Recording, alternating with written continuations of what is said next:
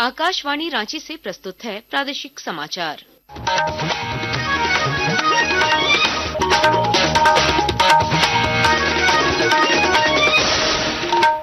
नमस्कार, प्रादेशिक समाचारों के साथ मैं कामिनी। पहले मुख्य समाचार। लोकसभा में वक्फ संशोधन विधेयक पेश, विधेयक पर चर्चा जारी। प्रदेश भाजपा ने कहा, कांग्रेस शासनकाल में कानून में किए गए गलत प्रावधानों को ठीक कर रही है मोदी सरकार। कांग्रेस ने भाजपा पर लोकतंत्र को कमजोर करने का लगाया आरोप। केंद्रीय मंत्री अश्विनी वैष्णव ने अपराध से निपटने के लिए तकनीकी कानूनी रास्ता अपनाने का किया आह्वान। झारखंड उच्च न्यायालय ने दुमका में हाई स्कूल शिक्षक के पद पर नियुक्ति के 11 माह बाद पद से हटाए जाने के मामले में यूजीसी को 5 बिंदुओं पर जवाब दाखिल करने का दिया निर्देश। सीनियर भारतीय महिला हॉकी टीम के 40 सदस्यीय कोर ग्रुप में झारखंड की 8 खिलाड़ियों को किया गया शामिल। और रांची, पलामू, गढ़वा, लोहरदगा समेत कई जिलों में बादल छाए, गर्जन के साथ हल्के से मध्यम दर्जे की बारिश का अनुमान। और अब समाचार विस्तार से। संसदीय कार्य मंत्री किरेन रिजिजू ने आज लोकसभा में वक्फ संशोधन विधेयक 2024 पेश किया। सदन में इस पर चर्चा जारी है। इधर वक्फ संशोधन विधेयक पर प्रदेश भाजपा और कांग्रेस ने प्रतिक्रिया दी है। भाजपा नेता प्रतुल शाहदेव ने कहा कि पूर्व के कांग्रेस शासन में इस कानून में जो गलत प्रावधान किए गए थे, उसमें संशोधन के जरिए केंद्र की मोदी सरकार उसे ठीक करने जा रही है। रॉन्ग किया हुआ था, हम उसे अनडू करने की कोशिश कर रहे हैं। वक्फ बोर्ड ऐसा ड्रैकोनियन एक्ट था, ये देश का एकमात्र ऐसा कानून था जो हाईकोर्ट और सुप्रीम कोर्ट के परिधि से भी बाहर था। और वक्फ बोर्ड जो अभी तक उत्तर प्रदेश का एक डेटा आया था कि 87% जो जमीनें हैं वक्फ बोर्ड के अधीन में, वो जो है सरकारी जमीनें हैं। तो आप सोच सकते हैं वक्फ बोर्ड ने किस तरीके से बड़े पैमाने पर सरकारी जमीनों का, आम आदमी की जमीनों का अतिक्रमण करके रखा था। तो मुझे लगता है एक बहुत पुरानी गलती थी कांग्रेस के सरकार की, जिसे अब सही करने का समय आ गया है। वहीं कांग्रेस प्रवक्ता राकेश सिन्हा ने भाजपा सरकार पर लोकतंत्र को कमजोर करने का आरोप लगाया। कांग्रेस ने इस देश को संविधान दिया, उस संविधान को बदलने की दिशा में भी भारतीय जनता पार्टी सकारात्मक रूप से आगे बढ़ रही है। वक्फ के जमीनों को लेकर के अपने पूंजीपति मित्रों को कौड़ी के दाम देने का यह प्रस्ताव है। हमें यह लगता है कि यह देश की सामाजिक समरसता, देश का सामाजिक सौहार्द, चंद पूंजीपति मित्रों को चेहरे पे मुस्कान लाने के लिए लाखों करोड़ों चीजों पर केंद्र की सरकार कुठाराघात कर रही है। केंद्रीय मंत्री अश्विनी वैष्णव ने अपराध से निपटने के लिए तकनीकी कानूनी रास्ता अपनाने का आह्वान किया है। उन्होंने कहा कि नए युग में केवल कानून पर्याप्त नहीं हो सकता। सीबीआई के 62वें स्थापना दिवस पर श्री वैष्णव ने कहा कि नए युग में आर्टिफिशियल इंटेलिजेंस (एआई) चुनौतियों से निपटने के लिए सीबीआई को स्टार्टअप, उद्योग और शिक्षा जगत के साथ अधिक सहयोग करना चाहिए।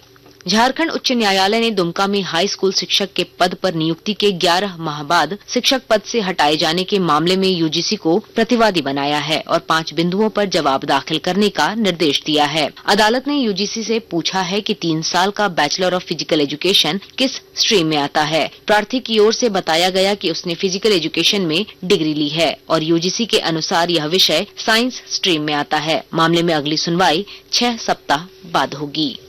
कर्मचारी भविष्य निधि संगठन ईपीएफओ ने बहु बैंकिंग केंद्रीकृत संग्रह प्रणाली में 15 और बैंकों को शामिल किया है। श्रम और रोजगार मंत्री डॉक्टर मनसुख मांडविया ने कहा कि ईपीएफओ लगभग 8 करोड़ सदस्यों और 78 लाख से अधिक पेंशन भोगियों को सामाजिक सुरक्षा और अन्य लाभ उपलब्ध करा रहे हैं।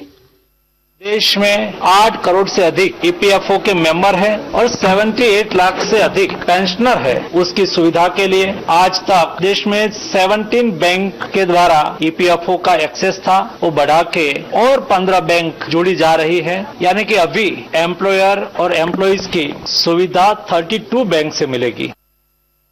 प्रदेश भाजपा के अध्यक्ष बाबूलाल मरांडी ने मुख्य सचिव को पत्र लिखकर फर्जी बैंक गारंटी जमा करने वाली प्लेसमेंट एजेंसियों के खिलाफ प्राथमिकी दर्ज कराने की मांग की है।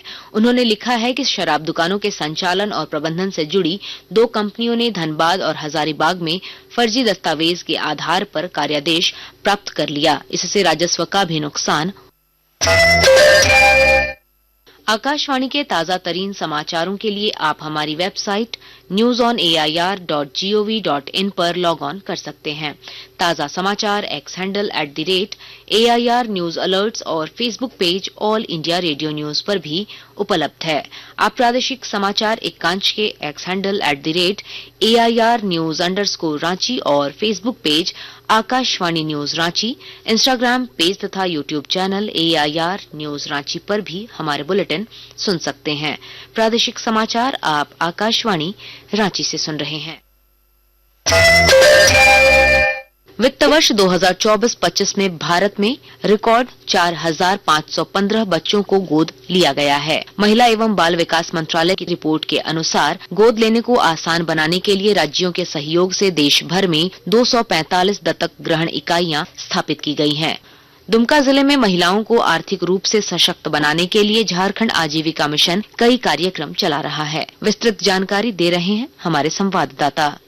दुमका जिले में महिलाओं को आर्थिक रूप से सशक्त बनाने के लिए झारखंड आजीविका मिशन कई कार्यक्रम चला रहा है। इन कार्यक्रमों में दीदी की दुकान भी शामिल है। दीदी की दुकान गांव की वैसी महिलाएं संचालित कर रही हैं जो आर्थिक रूप से पहले कमजोर थीं। दुमका जिले में 3,623 महिलाओं ने इस कार्यक्रम का लाभ उठाया है। इन महिलाओं को शुरू में 30,000 रूपए तक का ऋण दिया गया है। इस ऋण को किस्तों में चुकाकर महिलाएं 60,000 रूपए तक दोबारा कर्ज लेकर अपने कारोबार को आगे बढ़ाने के विकल्प का भी लाभ ले रहे हैं। जिले की लगभग सभी पंचायतों में दीदी की दुकान के जरिए महिलाएं आर्थिक रूप से आत्मनिर्भर हो रही हैं। RK नीरद, आकाशवाणी समाचार, दुमका।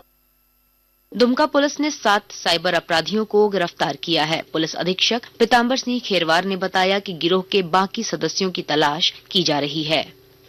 इस घटना में कुल 7 लोगों की गिरफ्तारी हुई है, जिसमें 3 लोग दुमका जिला से हैं, 3 लोग देवघर जिला से हैं और 1 पाकुड़ जिला के रहने वाले हैं। उनके पास से मोबाइल, लैपटॉप आदि इस तरह का संदिग्ध सामग्री बरामद हुआ, जिससे कि साइबर फ्रॉड किया जा रहा था। कड़ाई से पूछताछ करने के बाद वो लोग इसमें अपनी संलिप्तता भी स्वीकार किए हैं। कोडरमा जिले में रामनवमी पर्व पर शौर्य प्रदर्शन के लिए झांसी की रानी अखाड़ा समिति महिला और युवतियों को लाठी और तलवार चलाने का प्रशिक्षण दे रही है। समिति के अध्यक्ष और प्रशिक्षक सुषमा सुमन ने बताया कि अब कोडरमा में मातृशक्ति शौर्य प्रदर्शन कर शौर्य पताका लहराएंगी। अभी रामनवमी है और श्री रामनवमी के शुभ अवसर पर हमारी मातृशक्ति भी यहाँ झुमरी तिलैया में प्रदर्शन करने वाली है। लगभग 100 से 150 बहनें यहाँ पर प्रदर्शन करेंगी और इस कार्यक्रम का हमारा मुख्य उद्देश्य है कि हमारी जो बेटियां हैं, बहन हो, वो स्वावलंबी बने, अपनी सुरक्षा स्वयं कर पाए। इस प्रशिक्षण से इन्हें ये फायदा मिलेगा कि अपने स्वयं की सुरक्षा कर पाएंगी। और अब कुछ संक्षिप्त खबरें। जामताड़ा जिले के नारायणपुर थाना अंतर्गत उच्च पथ के लोहरंगी गांव के समीप अज्ञात वाहन की चपेट में आने से एक युवक की मौत हो गई, जबकि एक अन्य व्यक्ति का इलाज किया जा रहा है। देवघर में इंटरस्टेट बस टर्मिनल 10 अप्रैल से शुरू होगा। जिला प्रशासन ने बसों का रूट निर्धारण भी कर दिया है। उपायुक्त विशाल सागर ने बताया कि यह झारखंड का सबसे बड़ा बस टर्मिनल है, जहां एक साथ 150 बसों के ठहराव की क्षमता है।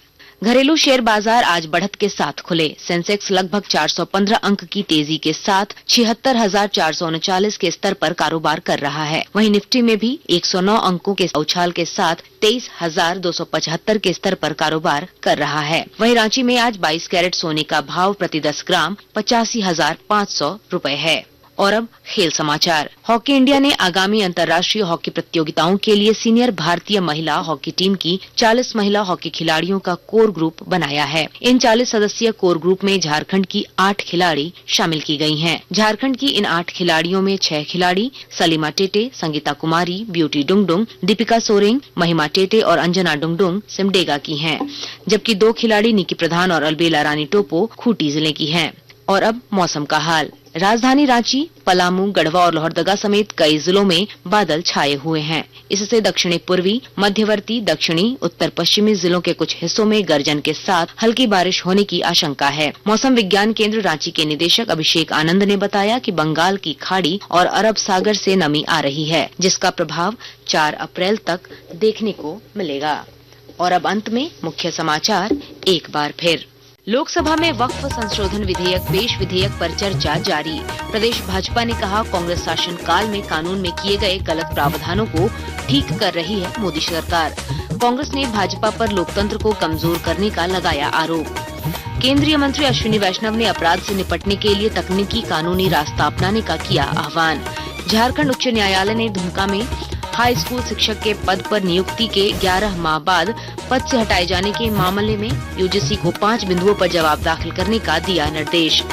सीनियर भारतीय महिला हॉकी टीम के 40 सदस्यीय कोर ग्रुप में झारखंड की 8 खिलाड़ियों को किया गया शामिल। और रांची, पलामू, गढ़वा, लोहरदगा समेत कई जिलों में बादल छाए, गर्जन के साथ हल्के से मध्यम दर्जे की बारिश का अनुमान। इसके साथ ही आकाशवाणी रांची से प्रादेशिक समाचार का ये बुलेटिन समाप्त हुआ। अगला प्रादेशिक समाचार बुलेटिन दोपहर 2:55 पर प्रसारित किया जाएगा। नमस्कार।